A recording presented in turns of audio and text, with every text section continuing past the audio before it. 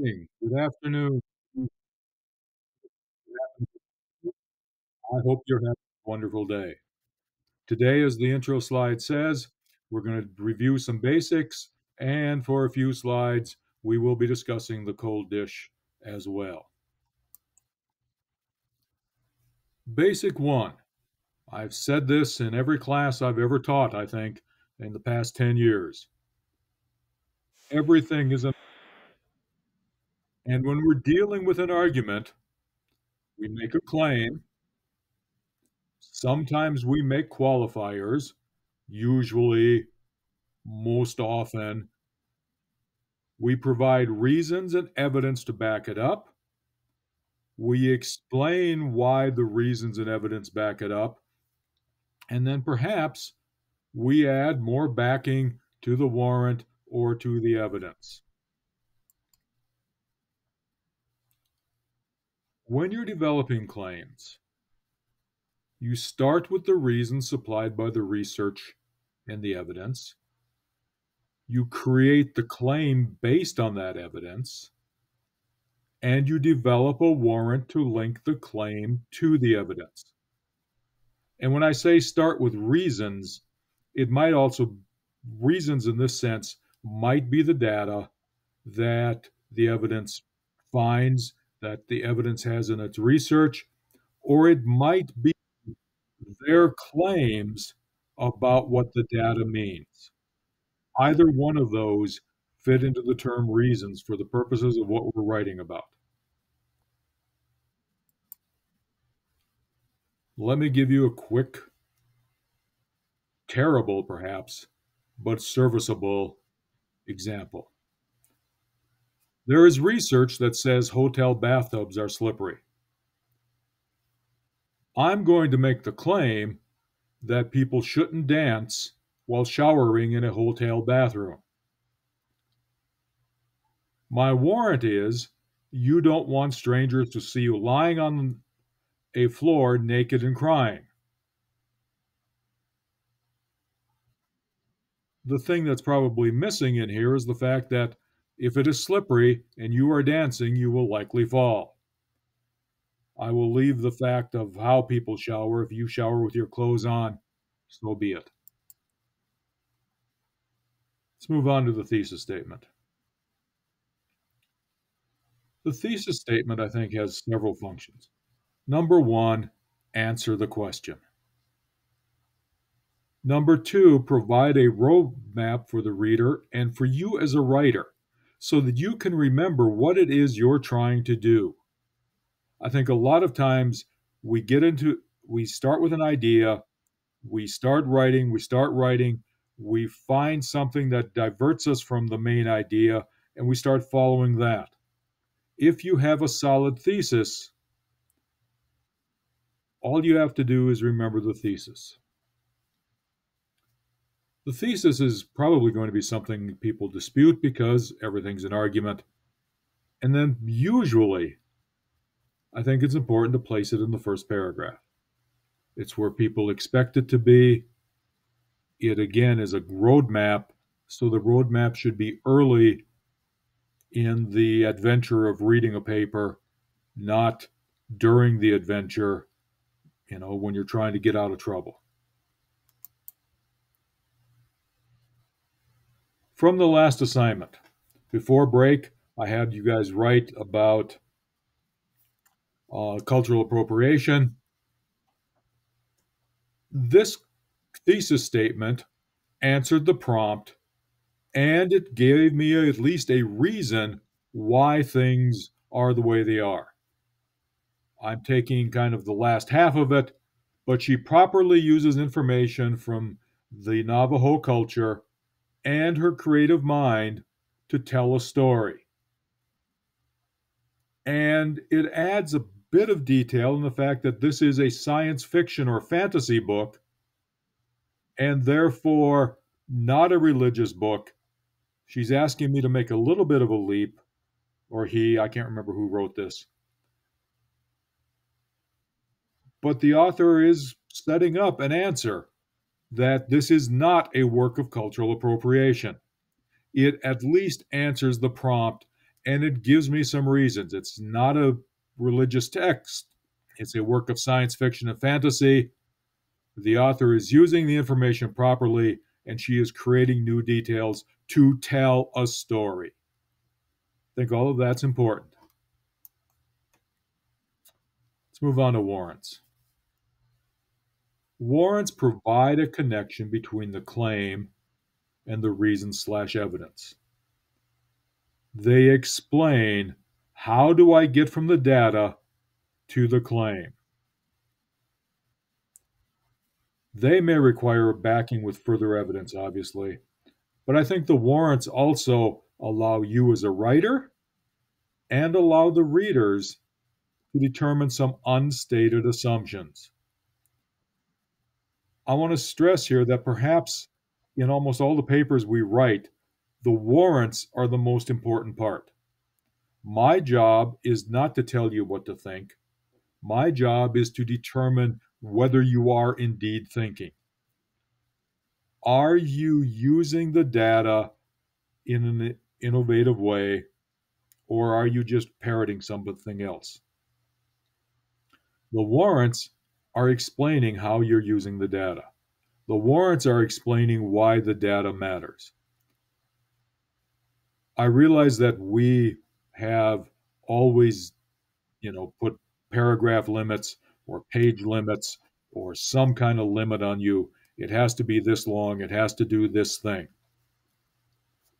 I want to stress here that the way to add length is not to make another claim or make another claim or add a bunch of data that doesn't have any relevance.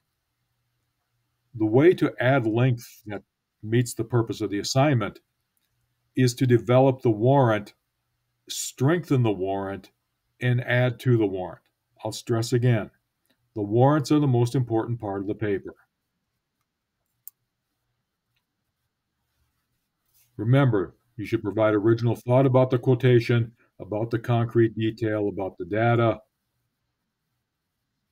At the risk of being Captain Obvious, you should avoid stating the obvious. And you should try to tell the reader something they may not have already figured out. When you write your warrants, use the following phrases in your rough drafts. This shows that. This also shows that. This is important because. This reveals that. This implies. And then, when you get to your final draft, work to remove those phrases, work to make the transitions a little more natural. But when you're writing a rough draft, put these phrases in here to remind yourself what to do with the warrant. Avoid using the data as a warrant. The numbers never speak for themselves. You have to tell your reader what the numbers mean, what the concrete detail means, what the example from the novel means. Make sure they tie to your claim. Sometimes people have warrants that just don't tie to the claim. Explain how the data, how the concrete detail ties to the claim. Don't contradict your claim. And I get papers like that at least 2 or 3 times a semester. Keep your story straight. And don't repeat. And certainly don't repeat the claims as the warrant. Bathtubs are slippery, therefore you will slip. Don't repeat things. And I think I have some things, just talking about the repeat. Dancing in a hotel bathroom is unsafe. Dancing in a hotel bathroom tub is dangerous.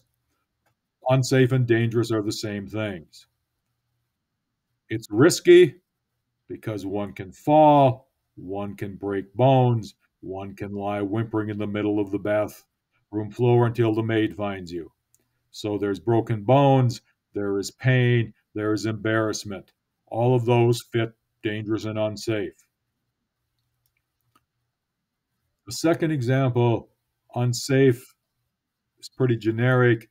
At least have concrete details in there. Broken bones, lifelong embarrassment. And remember to use qualifiers. Few, possibly, in general, often, perhaps. You don't have to try to make the claim universal. Basic number 2, paragraphs. Make the paragraph the unit of composition. In all of your essays, the paragraph, or excuse me, the essay should have some topics that need to be discussed, you need to break it down, you need to subdivide it. Those subdivisions should be part of the thesis. If there was a flaw in the thesis we looked at earlier, it was that there really wasn't a list of clear subdivisions.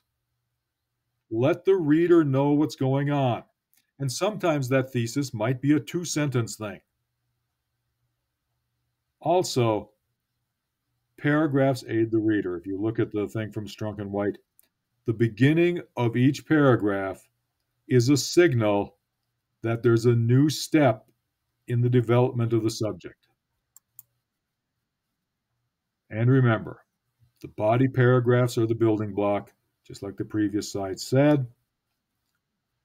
Remember that you should relate it to the thesis. You should unify it around the topic sentence. That topic sentence should somehow be linked to the thesis. You should follow the order of the thesis. And it should be well-developed claim data warrant. The data links to the claim. The warrant explains how the data gets to the claim. And again, this just is a slide that sums it up. Claim is in your topic sentence. Data, warrants, more data, more warrants. And again, if you listen to what I said earlier, the warrants are the most important part. I've got 4 warrant sentences on the screen versus 2 bits of data, 1 claim. Repeating claims is the least effective way to communicate. Straight up, the least effective way.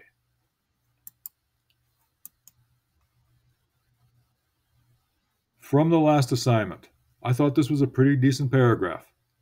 Charlie Scott believes Trail of Lightning descends from a historical and living tradition of storytelling, and the novel reminds us of that. I've got a claim, I've got the quotation that's part of the claim, and some data. Roan Horse creates the story with many of the same aspects of indigenous culture. The characters are dynamic by growing and changing, reflecting the changing world and the lessons learned. Roan Horse is bringing out the storytelling aspect of the Dene. In a way, she's bringing the love of storytelling from her people forward in the 21st century. I'd still want one more sentence telling me a little bit more about how it's part of a living tradition, but at least we're on the right way. We're on the right path. Now we're starting to head into the cold dish. Remember the basics of the novel, the analysis of the novel: character, conflict, connection, and theme. Character. What kind of people are we dealing with?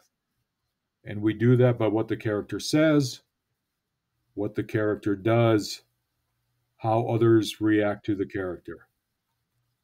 And sometimes we get somebody telling us what the character says, what the character does, how others react to it. He tells us what to think about Lucian, and he describes Vic, he describes himself, he lets us know what he's thinking and why. But once we know what he's thinking, we kind of have a good idea of what kind of person he is. The conflict. Remember that there are generally three kinds of conflict, or two kinds of conflict, excuse me, internal and external. And that remember that with the external, it can be the character versus other characters, it can be the character versus the environment, and we can have the character versus the natural environment. We can have the character versus the social environment. I think we see Walt dealing with the social environment.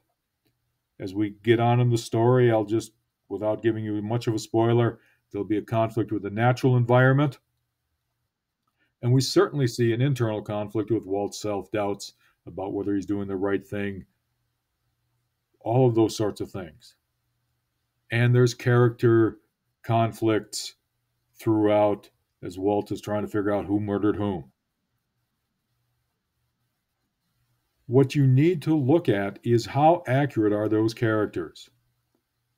How accurate are the self doubts? How accurate are the conflicts? How accurate is the reaction of the social environment in general? And the same with the natural environment. And then the connection. Connect it to other books you've read, movies you've seen. We tried to connect it yesterday to Yellowstone, for example. Think about songs, poems, real life experiences. And again, you don't have to connect the whole novel. Maybe there's just a couple of chapters with things that you can get to, things that you can relate to. All of this should help you in the analysis. And the goal of the analysis is, what's the main point? Why should I care about this? Does it tell me anything more about being human?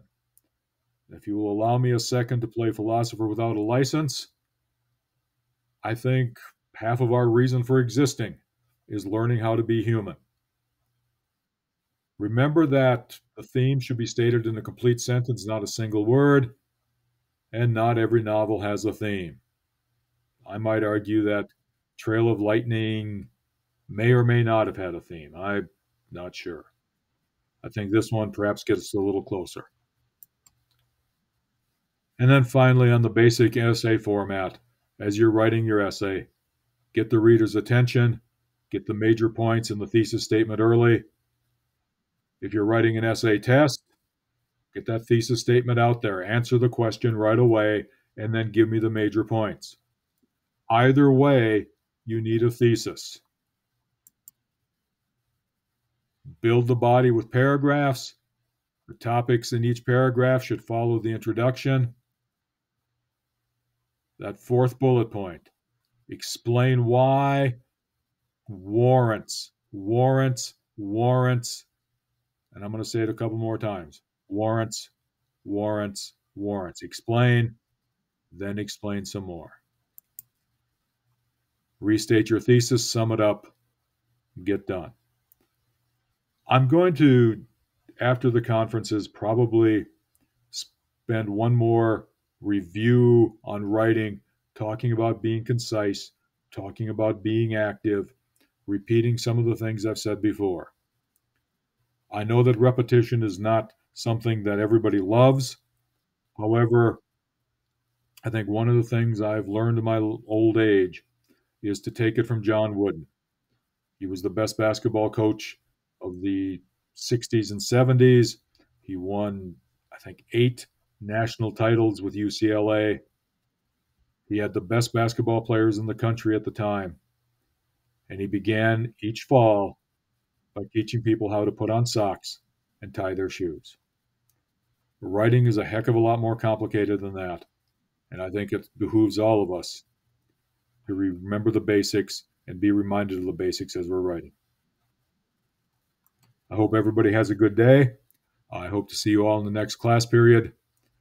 Please remember conferences. Please remember where you are in the conference schedule. Have a good one.